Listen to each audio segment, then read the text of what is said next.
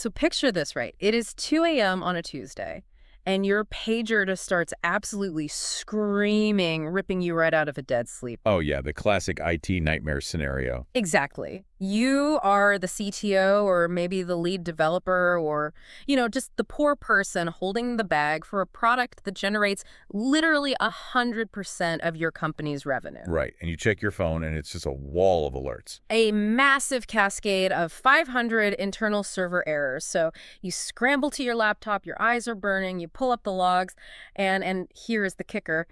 It is not a bug in your code. It never is in these scenarios, is it? No. The cloud provider hosting the AI model that your entire backend is hard-coded to talk to, well, they just deprecated that specific legacy version. Just turned it off. Yep. No warning email, no grace period. They just needed room on their servers. So you are officially offline, hemorrhaging cash, and you are going to stay offline until your engineers completely rewrite your core logic to speak to a totally new API. Which is terrifying because in the current market, that isn't just a hypothetical ghost story. It is an inevitability. So today, our mission for this deep dive is to make sure that Tuesday night never happens to you. We have to fix the architecture. Right, because we are looking at this digital foundation you rely on every day, and we have to confront a really uncomfortable truth. You do not own your workflow. You really don't, and people hate hearing that. Okay, let's unpack this, because we assume that when we write code and connect an API, digital concrete is being poured. Like, if I integrate Stripe into my app, Stripe isn't going to suddenly deprecate the concept of a credit card without giving me 5 years of notice. Right, the traditional SaaS world is stable. But the AI ecosystem of 2026, that concrete never actually sets. No, the ground is just constantly shifting. Prices spike, models die, companies pivot. So we are examining a stack of really vital sources today, including some technical blueprints, a 2026 AI API pricing guide from Cloud Insight, LiteLLM documentation, and this huge Ollama update to build what we are calling the AI exit ramp. I love that term, the exit ramp. We want to design a vendor-resilient workflow that doesn't just survive this chaos, but actually thrives on it. And this requires a fundamental shift in how we think about building software. Yeah.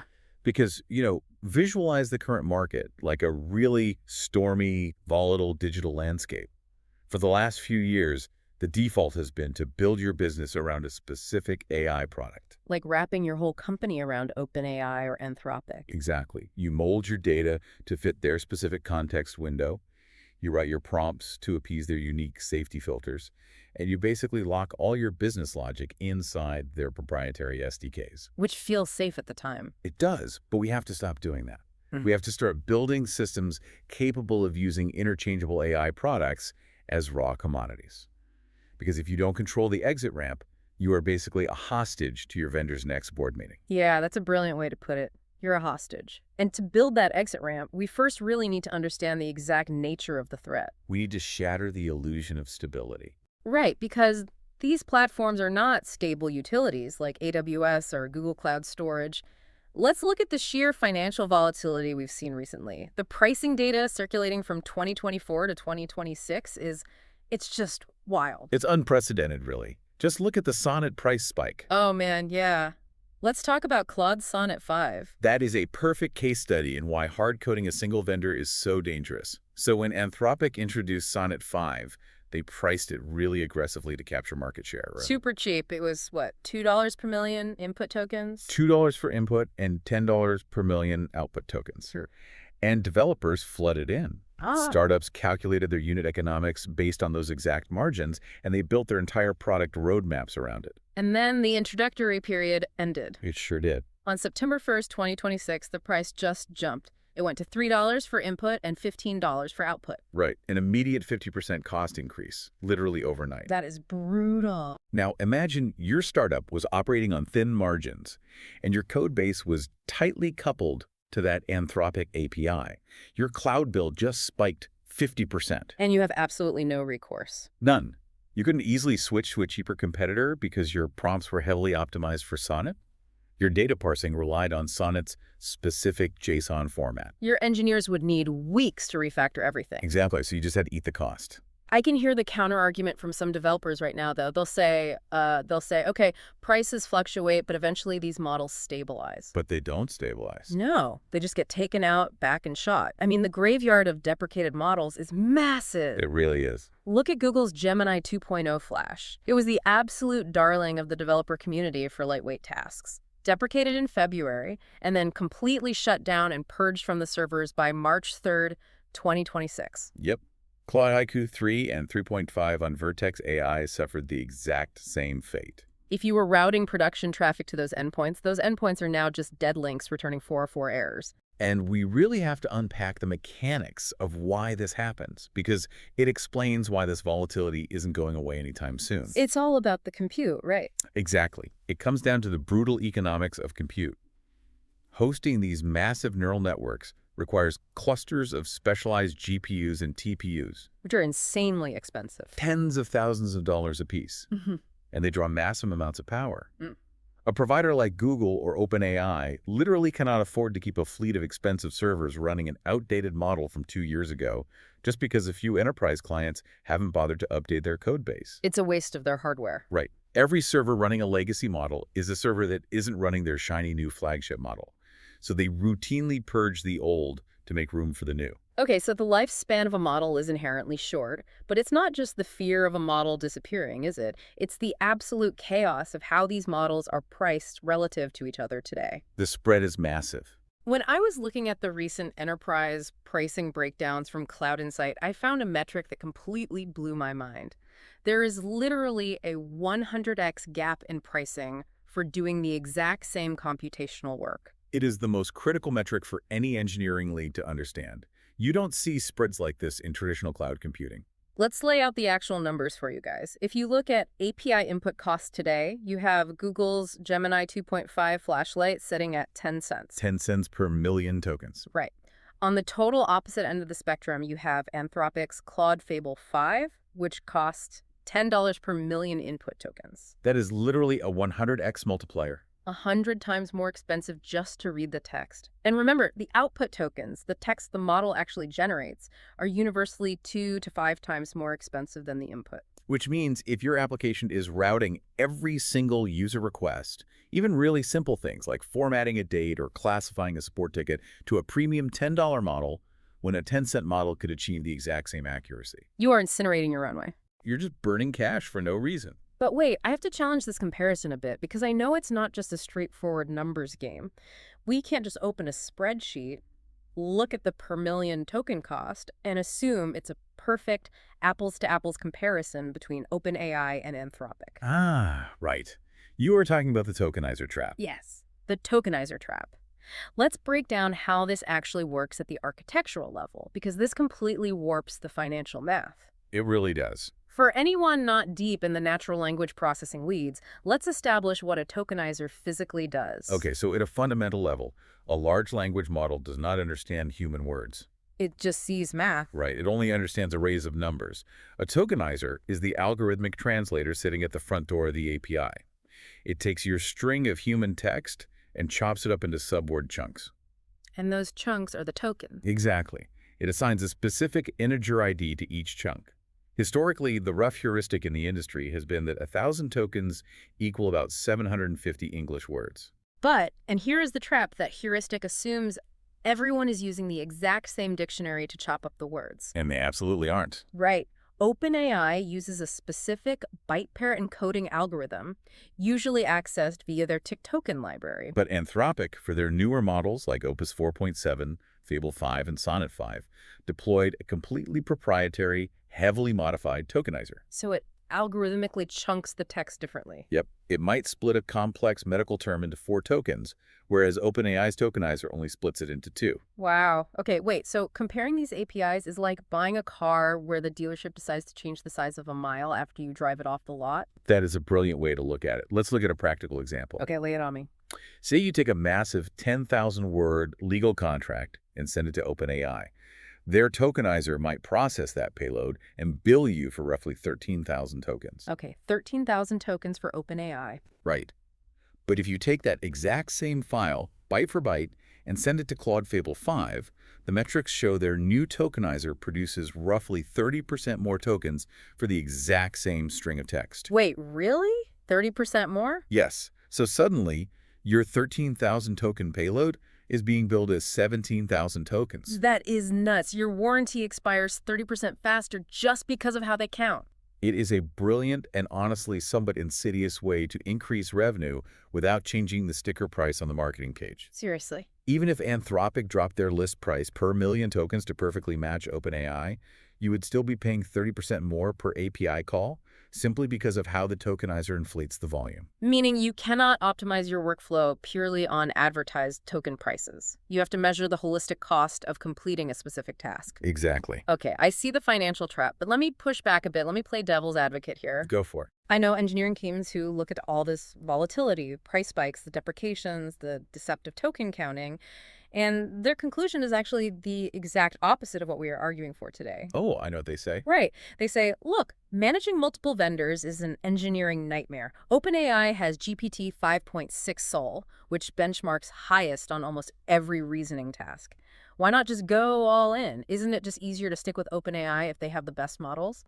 They want to use the custom SDK, the proprietary agent frameworks, build deep loyalty, and just accept the risk. Yeah, the engineering simplicity is worth the vendor lock-in to them. I hear that argument constantly. Yeah. And it is a incredibly seductive trap because it is the path of least resistance. It's so easy to just type import OpenAI. Exactly. It allows a developer to build a prototype in an afternoon. But we really have to distinguish between building a prototype and maintaining enterprise-grade software. Right. When you build deep loyalty to a single vendor, your loyalty does not insulate you from their operational failures. They don't care how much you love them if their servers are down. Precisely.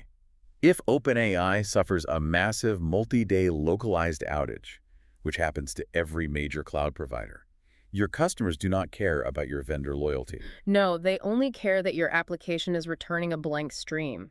Your uptime is entirely tethered to a company over which you have zero board seats and zero leverage.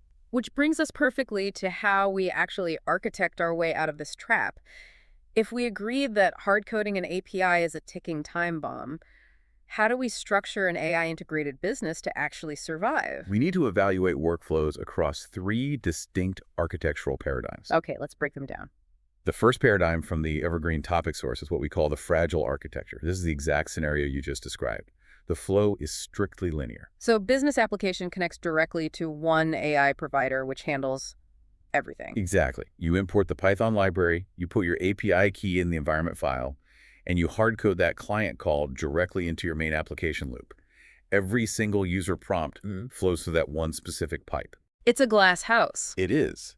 If that pipe clogs, or if the toll to use that pipe triples, the entire house shatters. You have zero optionality. So we move to the next evolution, which is the better architecture. Yes, this is where we introduce a critical decoupling. The business application connects to a workflow layer, and that workflow layer connects to a roster of replaceable AI models. This is where we start seeing real engineering maturity. You are no longer calling the vendor directly. You are calling a middleware system that you control, and that middleware routes the traffic based on logic that you define. Okay, but the ultimate destination, the holy grail we're aiming for, is the resilient architecture, right? Yes. This is a much deeper paradigm shift. This looks like the business application connects to completely owned data wrapped in open formats, which plugs into the workflow layer, which can then seamlessly route out to cloud AI providers or dynamically route down to local on-premise AI models. Or even models that haven't been invented yet. This is true digital sovereignty. But achieving it isn't just about throwing a proxy server in the middle of your code and calling it a day, is it? No, not at all. You have to audit every single layer of your application stack to ensure you aren't secretly logged in. What's fascinating here is that vendor independence doesn't mean avoiding vendors. It means being able to replace one without rebuilding your entire business. We have a framework for this, right? The AI portability audit. Yes. It forces a team to examine 5 distinct layers: data ownership, prompt portability, model portability, integration portability, and recovery. Let's actually walk through an audit right now, because I think a lot of teams assume they are portable until they actually look under the hood. Let's start with prompt portability and data ownership because they are so heavily linked. That's a great place to start. If I am an engineering lead, what exactly am I looking for here? You are looking for where your intellectual property physically resides. Ask yourself, where are the system prompts that define your AI's behavior? Oh, I know where this is going. Are your engineers logging into a vendor's web interface, like an OpenAI custom GPT builder, or Google's Vertex AI console, and typing those carefully crafted instructions directly into a proprietary text box? Oh, man. I know enterprise teams who have spent literally thousands of hours meticulously refining a 5,000-word system prompt. It acts as the entire persona and reasoning engine for their customer service agent. And it lives exclusively inside a text field on a third-party website. Yep. If you are doing that, you do not own your business logic. The vendor owns it. That is so dangerous. If they lock your account or if they decide to sunset that specific builder tool, your intellectual property vanishes into the ether. So how do we fix that? Achieving prompt portability means treating your prompts as production source code. They must live in a Git repository, version controlled, as standard text or markdown files. Your application should pull the prompt from your own repository, inject the user's variables into it dynamically, and then fire it off to the AI. That just makes total sense from an engineering hygiene perspective. Yeah. And this concept extends to the actual source data, too, specifically when we talk about RAG systems, right? Retrieval Augmented Generation. Yes, the data ownership layer is absolutely critical in RG. For any listeners unfamiliar, RG is how you give an AI a memory of your specific company data. You take all your internal wikis, PDFs, customer logs. Right. You convert them into mathematical vectors, and you store them in a database. When a user asks a question, the system searches that database for relevant information and feeds it to the AI. The trap here is where that vector database lives. Exactly. The trap is using a closed proprietary cloud service that ingests your raw documents, automatically converts them to vectors using a black box embedding model, and doesn't give you a clean, raw export of the mathematical embeddings. You're stuck in their ecosystem. You want your source files in plain text, markdown, or standard JSON. And you want your embeddings stored in a system where you can easily dump the entire database and spin it up on a different server tomorrow. You know, it is the casino chip analogy all over again. Oh, I like this. A fragile architecture is like walking into a massive casino, trading all your life savings for their specific branded plastic chips, and then just leaving those chips in your pockets for years. You feel wealthy. Exactly. You feel incredibly wealthy. You can play high-stakes blackjack. You can buy expensive drinks at their bar. You feel like a high roller.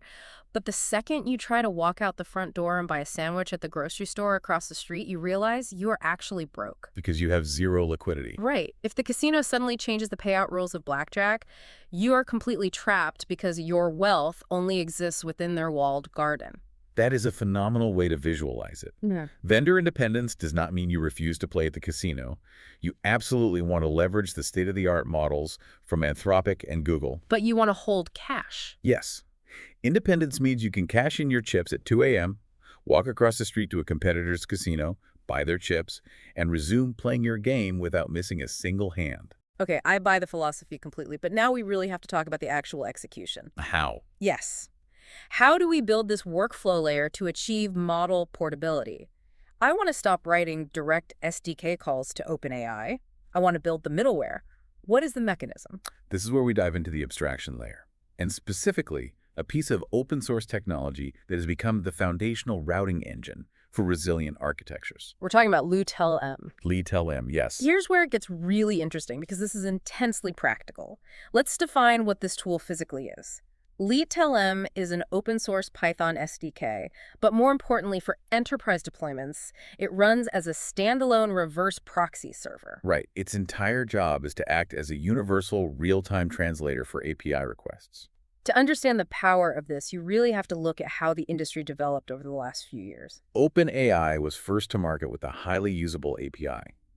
Consequently, their specific JSON request format, the exact shape of how you send a message, define a role, and request a response, became the de facto standard. Thousands of applications were hard-coded to expect the OpenAI format. And then competitors like Anthropic and Google showed up with incredible models, but entirely different, highly complex API structures. If you wanted to switch from GPT-4 to Claude, you had to rewrite your entire networking layer to handle Anthropic's unique way of formatting system prompts and message arrays. Exactly. LiteLLM solves this at the network layer. It tells developers, do not rewrite your code. Keep using the exact OpenAI format you already built.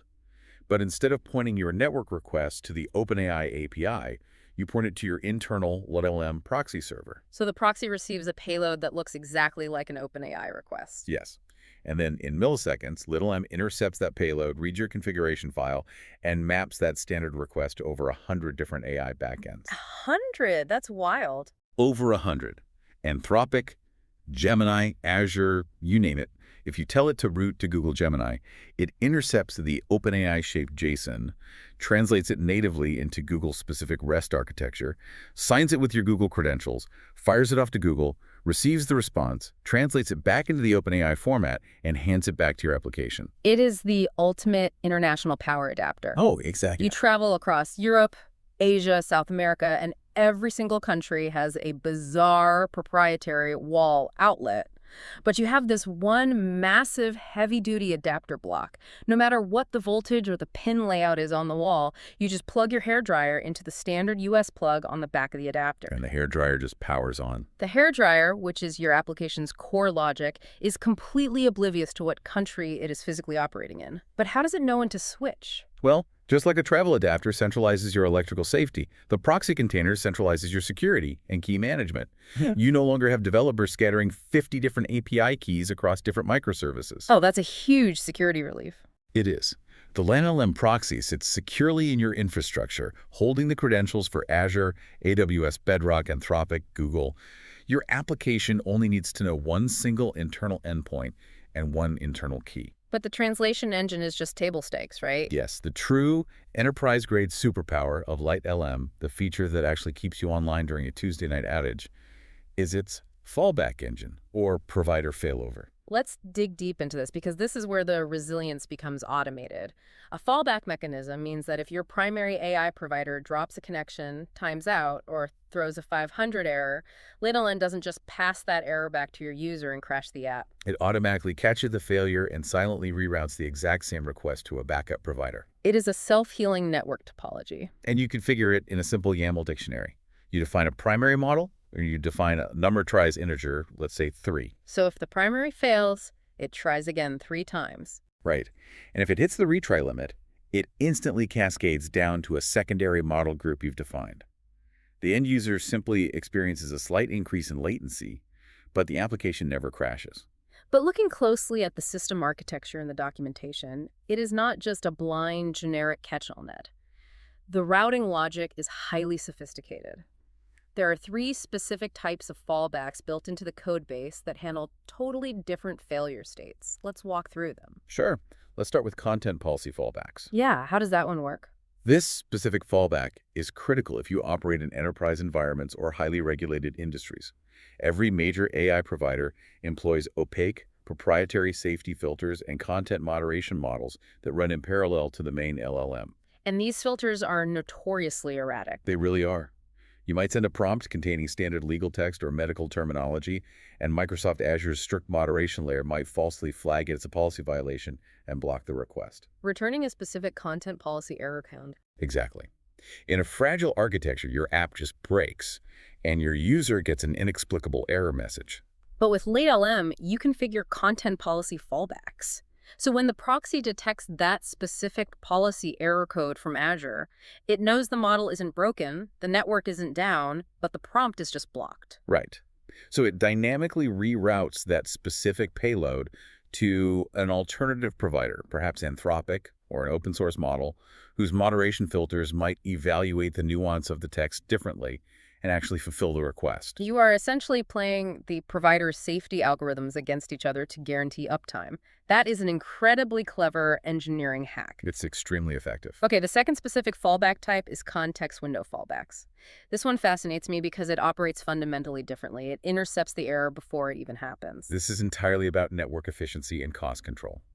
Every model has a hard ceiling on its context window, the maximum amount of tokens it can hold in its memory for a single request. Right, some older legacy models max out at 16,000 tokens, while newer models can handle 1 million or 2 million. Exactly.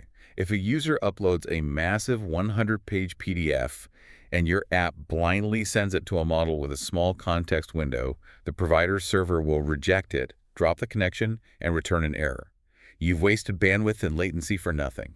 So how does the proxy prevent that? How does it know the payload is too big before it sends it over the internet? It requires enabling a specific parameter in the configuration called enable precall checks. Enable precall checks. Yep. Yes. When you toggle that to true, the architecture changes.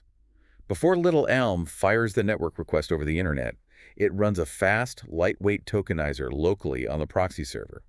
It physically counts the tokens in your prompt. Wow, locally. Yes. It then compares that integer against a configuration dictionary of known context limits for every model. Oh, I see it. It is like an automated railway switchboard. Okay, picture the railway. The switchboard operator physically measures the length of the freight train while it is still in the station.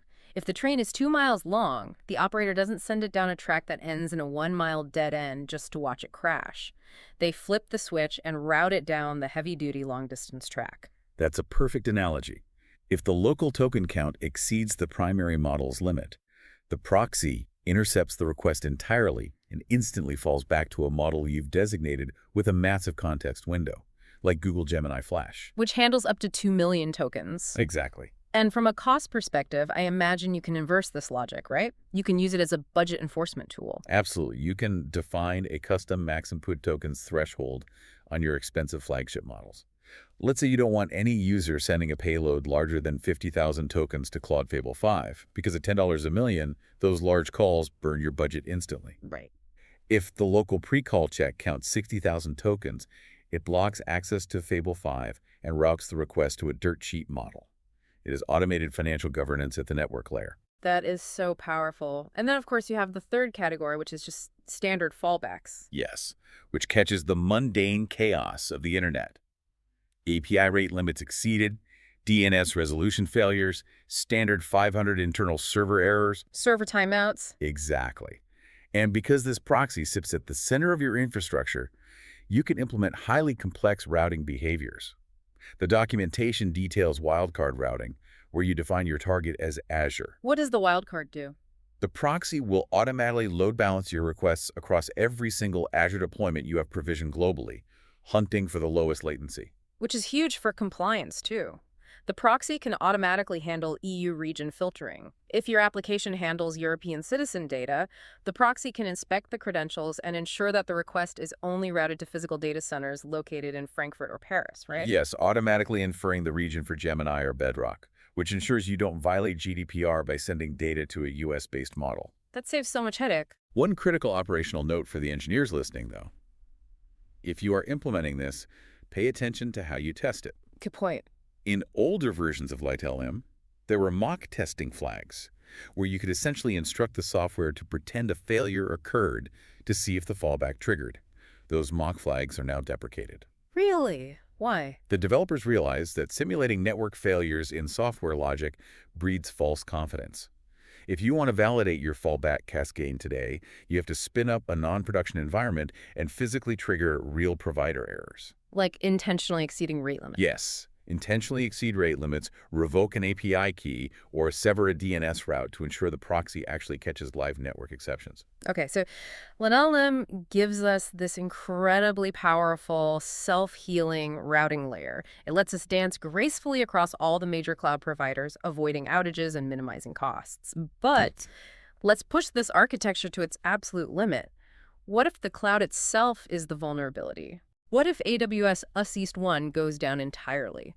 Or what if you are a defense contractor or a healthcare provider and you have highly classified restricted data that legally cannot leave your physical building, no matter what compliance region a cloud provider promises? You can't route to the cloud. You have to pull the ripcord entirely and take the workflow offline. This is the ultimate final stage of the exit ramp. Can you seamlessly migrate your highly complex agentic workflow onto bare metal servers that you physically own and control? Historically, the answer was a hard no.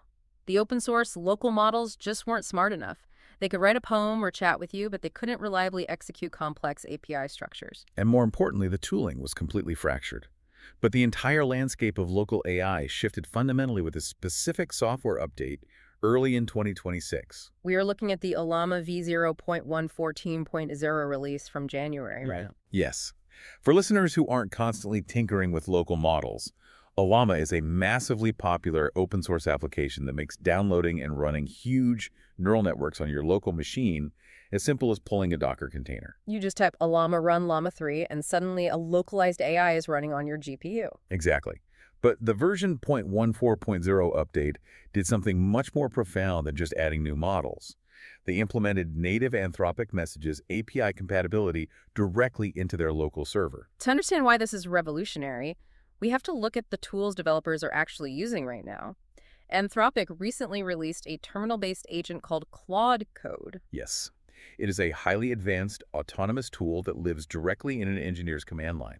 You can tell it, read my code base, find the memory leak in the authentication module, write a fix, and run the unit tests. And it will autonomously loop through those actions. It is an incredibly powerful productivity multiplier.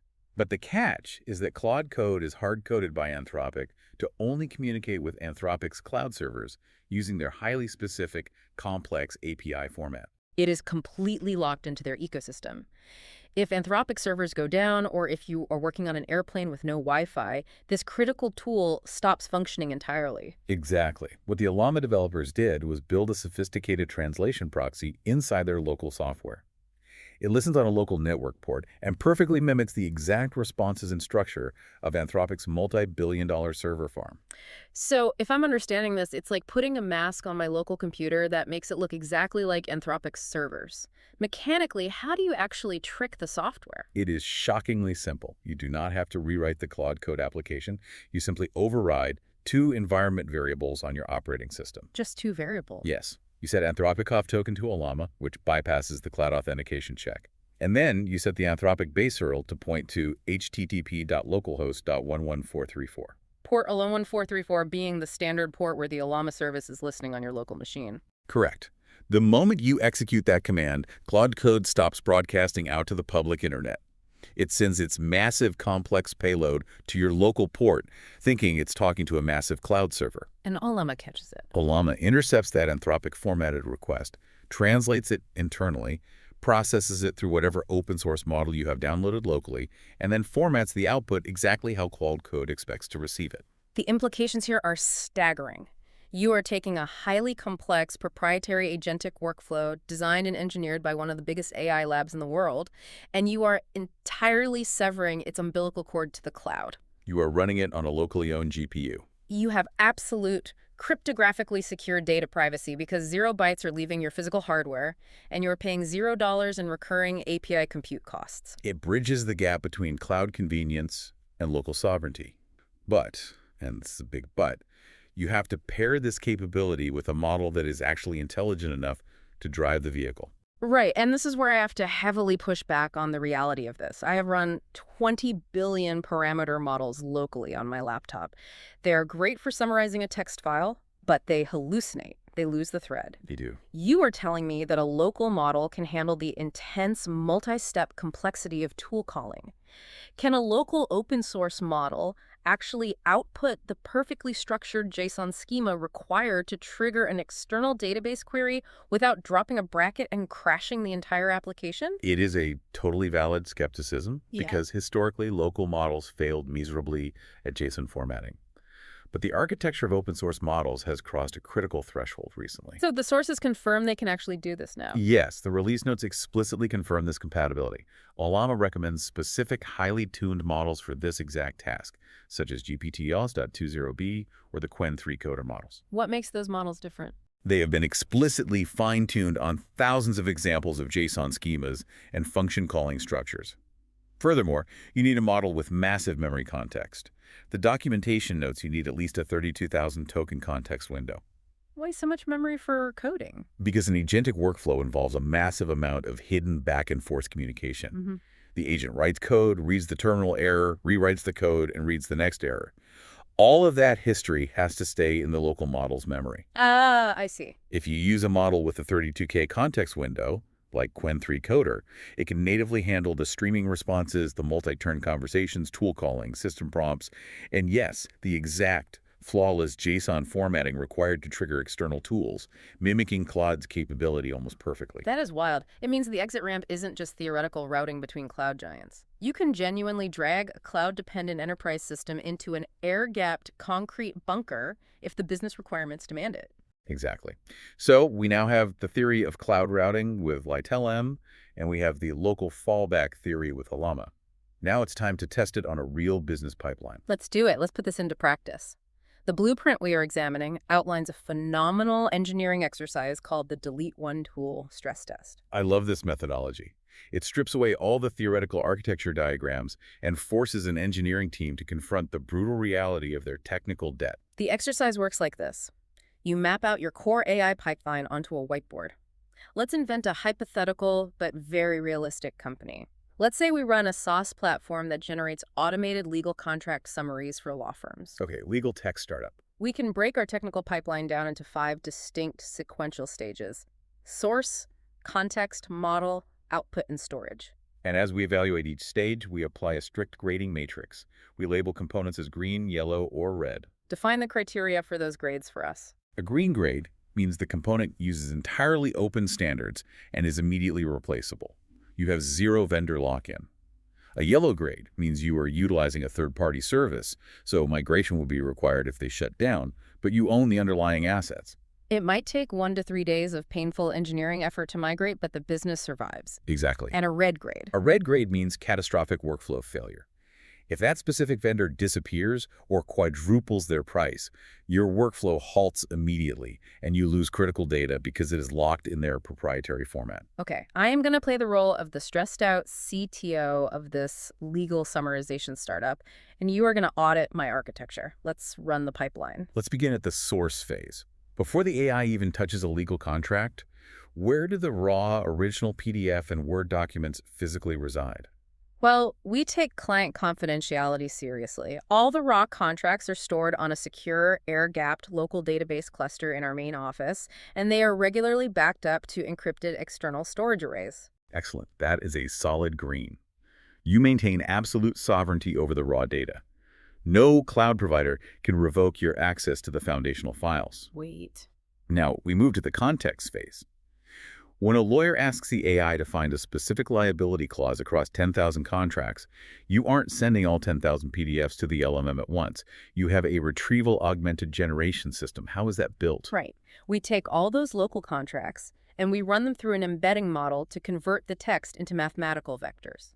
We then upload those millions of vectors into a proprietary managed vector database cloud service, something like Pinecone or a managed cloud instance. That database handles the incredibly fast similarity search. I'm grading that as a yellow. Really? Why? Here is why. The managed cloud vector database is highly efficient, but it is a dependency. If that cloud provider suffers an outage, or if they abruptly triple their hosting fees, your search functionality goes offline. But it's not a red because I still have the original PDFs on my local servers. Correct. You haven't lost your business. But migrating is computationally expensive. You cannot easily extract raw vectors from many proprietary systems. So if they shut down, Your engineering team would have to spin up a new open-source vector database like Milvus, or a PostgreSQL instance running the PG vector extension. You would then have to take all your local PDFs and spend perhaps 48 hours running massive compute clusters to completely re-embed and re-index the entire dataset from scratch. oh wow. It is a painful, expensive weekend for your engineers, but the business survives. Okay, I can live with the yellow. Let's move to the model phase. Okay. This is the core reasoning engine. To generate the actual summaries, our Node.js backend has a hard-coded OpenAI client SDK installed, and we are making direct API calls specifically targeted at an older, stable version of GPT-4. That is a glaring, catastrophic red. Yikes. Explain the exact mechanism of the failure. You have tightly coupled your core business logic to a proprietary SDK and a specific model ID. If OpenAI decides tomorrow morning to deprecate that specific older version of GPT-4, which is their standard operating procedure to free up GPU compute, your backend code literally breaks. It just stops. The API endpoint will return a 404 error, the SDK will throw an unhandled exception, and every single request on your platform will fail. Cool. Your customers will see blank screens, you are down until you write new code test it, and deploy it. Okay, as the CTO, how do I immediately remediate that Reddit? How do I build the exit ramp for the model phase? You deploy the architecture we just discussed. You rip out the direct OpenAI SDK from your code base. You replace it with a generic HTTP request pointing to a LiteLLM proxy server deployed within your own VKC. Oh, okay. You configure the proxy to use a modern, cost-effective model as the primary, but you build out that robust fallback cascade. You configure secondary routes to Anthropic, to Google, and perhaps even to a local Ollama instance running a summarization model. You completely abstract the vendor away from your application logic. That makes total sense. I am insulated. Now let's look at the final stages. Output and storage. Once the AI generates this beautiful, highly accurate legal summary, how does the user actually see it? How do they? Well, currently, our users log into a custom GPT interface that OpenAI hosts. They view their summaries inside that web portal, and they organize their cases using the folders provided in that UI. That is the deepest shade of red possible. It is a fatal flaw in the business model. Guy, we are saving so much time on front-end development. Because you do not actually have a software business. You are merely leasing a feature from a trillion-dollar company. If your users are interacting with the data exclusively inside a vendor-owned interface and the output is stored in their proprietary cloud database, you own nothing. If the vendor suspends your account for a terms of service violation, or if they decide to pivot their UI entirely, you lose the historical output of every summary ever generated. We can't export it. You cannot export that data cleanly. You have zero leverage. Man, when you lay it out sequentially like that, acting it out, it is a chilling realization. I thought I built a tech company, but my business logic is completely trapped. To fix that red, you must enforce open formats at the storage layer. Your workflow middleware must intercept the AI's output, extract the raw payload as standard Markdown or JSON text, and forcibly export it to a self-managed object store. Like an AWS S3 bucket we control, or a local network-attached storage drive. Exactly. And crucially, you must build your own front-end web interface to present that data to the user. You own the glass they look through. If we connect this to the bigger picture, Right. running this delete one tool stress test isn't just an exercise in disaster recovery for a paranoid IT department. Got it all. It is fundamentally an audit of enterprise value. When venture capitalists or potential acquirers look at your company during due diligence, they are looking at this exact pipeline. If a vendor owns your architecture, from the prompt injection all the way to the output UI, they effectively own your business. You have zero enterprise value because you have no defensive moat, no proprietary infrastructure, and no sovereignty over your operations. You are easily replicable and highly vulnerable. It's a huge wake-up call. But let's pivot the conversation here, because doing the hard engineering work to achieve a completely green pipeline isn't just about risk mitigation, safety, and impressing auditors. It actually unlocks massive, immediate, aggressive financial leverage. It does. And I want to circle back to the numbers, because the math here is staggering. Portability is the absolute prerequisite for cost optimization. You cannot play the market and hunt for arbitrage opportunities if your feet are glued to one vendor's floor. Let's revisit that 100x pricing spread we talked about at the beginning, but let's take it out of the abstract realm of token math and apply it to specific real-world business tasks. Okay, let's look at the data. The Cloud Insight Guide gives us incredible data here. Let's look at scenario 1 from their report. Generating a 1,000-word summary of a Chinese document. They map this out as requiring roughly 3,000 input tokens to read the document and generating 1,500 output tokens for the summary. A very standard high-volume enterprise task. Right. If your architecture is fragile and you are hard-coded to route that task to Claude Fable 5, which is a phenomenal top-tier model, that single generation costs roughly 10.5 cents. Which doesn't sound like a lot. No, 10 cents is nothing. But if you have the resilient architecture and your LiteLLM proxy routes that exact same task to Google's Gemini 2.5 flashlight, it costs a fraction of a penny, specifically $0.009. That is the 100x price difference realized on a single API call. And you have to extrapolate that across scale. If your platform is processing 50,000 of those summaries a day, the difference between a 10-cent cost and a tenth of a cent cost isn't just a budget line item. It is the fundamental difference between building a highly profitable, self-sustaining business and declaring bankruptcy because your unit economics are inverted. Let's look at a heavier workload. Scenario 2. Analyzing a 50-page PDF document, pulling out key metrics. This is intensely heavy on the input side. They assume 100,000 input tokens to swallow the whole PDF and a small 2,000 output token response containing the extracted metrics. If you are sending that to Fable 5, you're paying a $1.10 for every single analysis. Hmm. If a user uploads 10 PDFs, that's $11 gone instantly. But if your proxy routes it to Gemini 3.1 Pro Preview, the cost drops to 22 cents, and if you route it down to Gemini 2.5 Flashlight, it plummets to just over a penny. And the source material highlights a critical engineering advantage regarding the Gemini Pro models here, the context window. They boast a 1 million to 2 million token context window. Why does that matter for the PDF? In older architectures, if a user uploaded a massive PDF, engineers had to write complex, brittle code to chunk the document into smaller pieces, send them sequentially, and then try to synthesize the results. With massive context windows, you just pass the raw document into the proxy, saving countless hours of developer time and reducing application complexity. But the math flips when we look at scenario 3, which is generating Python code. Here, the output tokens heavily dominate the transaction. The prompt might be short, say, 1,500 input tokens saying, write a script to do X. But the model spits out 3,000 output tokens of code. And because output tokens are inherently 2 to 5 times more expensive across the industry, the premium models will absolutely annihilate your budget here. Generating that code on Fable 5 costs roughly 16.5 cents per run. But if you route it to OpenAI's newer, highly optimized GPT 5.6 Luna model, it costs only under 2 cents. The Cloud Insight Guide provides a really clear breakdown of the GPT 5.6 family to illustrate this optimization. You have Sol, their massive flagship reasoning model, sitting at $5 input and $30 output. You have Terra, the balanced mid-tier model, exactly half that price. And then you have Luna, the high-speed value pick, at just $1 input and $6 output. The overarching lesson here is that there is no magical one model to rule them all API. The longer your required output, the more the output rate dictates the financial viability of the task. If you want to survive, you must deploy intelligent routing. Which leads us directly to the 5 strategies to save on APIs outlined in the source.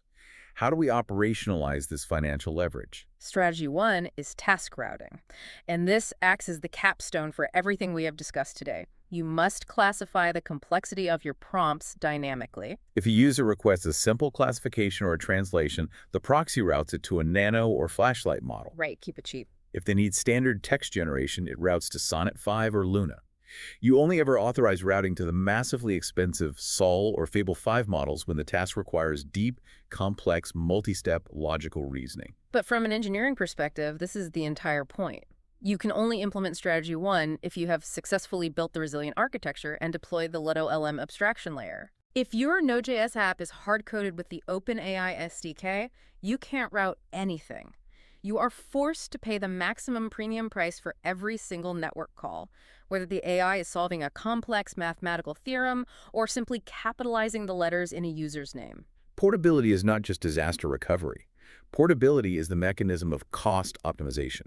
Let's hit strategy 2, because this is an architectural feature that completely blew my mind.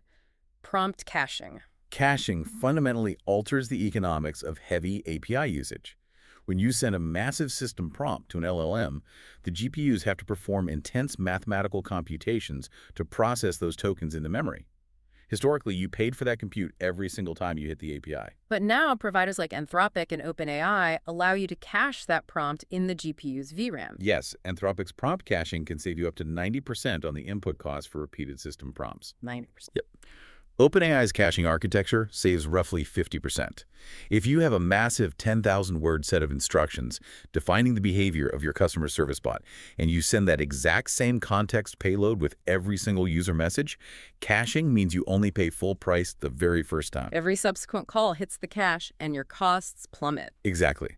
The market data report actually notes that because Anthropic's caching discount is so aggressive, it often makes Claude cheaper than OpenAI in real-world production environments for applications that rely heavily on massive static system prompts. That is an incredible detail that you only discover if you aren't locked into one vendor. Right, you'd never know. Strategy 3 is batch processing. This requires an asynchronous architecture. Both OpenAI and Anthropic offer a massive 50% discount on the total token cost if you submit your tasks as a batch file and accept a 24-hour turnaround window rather than demanding immediate real-time streaming responses. If your business is summarizing a back catalog of thousands of historical legal briefs, you should never process that synchronously. You batch it, submit it, and cut your bill in half. Strategy 4 is just basic engineering hygiene, but it's shocking how few startups do it. Monitor your usage and set hard algorithmic budget caps. Oh, please do this. Configure your proxy to fire alerts to a Slack channel when you hit 80% of your daily budget limit. Do not let a rogue infinite loop in your code silently rack up a $50,000 AWS bill overnight because a user figured out how to trigger recursive generation. And finally, strategy 5 is utilizing enterprise reseller discounts. If you reach a certain scale, you shouldn't be paying the retail sticker price listed on the website. Right, this is where organizations like Cloud Insight come in. If you are burning millions of tokens a day, you route your procurement through a bulk reseller. They negotiate discounts below the list price. And practically speaking, if your company operates in places like Taiwan or the EU, these resellers handle the complex local tax invoicing and compliance requirements, which drastically simplifies procurement for your finance department. So when we synthesize all of this, the routing, the caching, the batching, what is the ultimate takeaway for the architecture of a modern AI company? What do you think? It makes me think of an analogy. When you step back and look at the whole picture, having an AI exit ramp isn't just a defensive, paranoid IT posture. It is a highly aggressive, strategic business advantage. I agree completely. It's like having a universal fast pass at a massive, chaotic theme park. While all of your competitors are stubbornly stuck in a 3-hour line for the one specific roller coaster they are loyal to, you have an automated system that is constantly scanning the park. Hunting for efficiency. Exactly. It dynamically routes you to the cheapest, shortest line for the exact caliber of ride you want to experience. And if a ride breaks down mechanically, your system instantly diverts you to a backup ride without you ever breaking stride. You get 10 times the output for a fraction of the cost. That is a flawless summary of what a resilient AI workflow looks like in production. We have covered an incredible amount of technical ground today in this deep dive. We started by confronting the raw volatility of the AI market, the overnight price spikes, the silent model deprecations, the 100x pricing spreads, and the deceptive token math that inflates your bills. We broke down the critical differences between fragile, hard-coded architectures and resilient, abstracted systems. We explored the computer science behind reverse proxies, showing how LiteLLM intercepts requests to build a self-healing, multi-provider network. We looked at how Ollama's ability to spoof API ports locally allows you to pull the ripcord and take complex agentic workflows completely offline. And we proved, through the stress test and the scenario modeling, that vendor portability is the ultimate cost-saving strategy. So I want to address you, the listener, directly. Tomorrow morning, call a meeting with your engineering team. Run the Delete One Tool stress test on your core product. Look at your code base. Is your core business logic hard-coded to a single model's proprietary SDK? Are your prompts locked in a vendor's web portal? If your primary AI provider changes their rules, raises their prices, or suffers a catastrophic outage on a Tuesday night, do you have an exit ramp? And I will leave you with one final, perhaps deeply provocative thought to consider as you audit your systems. We have spent this entire time talking about how to rescue your workflow if your AI vendor suddenly disappears or fails. But consider the inverse scenario. The inverse. What if the vendor doesn't disappear? What if instead they look at the massive daily volume of highly structured workflow data you have been happily feeding through their API for a year? What if they realize exactly how valuable and lucrative your specific business process is, and they decide they are now your direct competitor, launching a native feature that does exactly what your startup does? If you do not control the exit ramp, and your data is hopelessly locked inside their ecosystem, you might just be paying them to train your own replacement. And suddenly, that abstract architecture diagram on the whiteboard becomes a matter of absolute corporate survival. Build the exit ramp, abstract the API, stay resilient. We'll see you next time.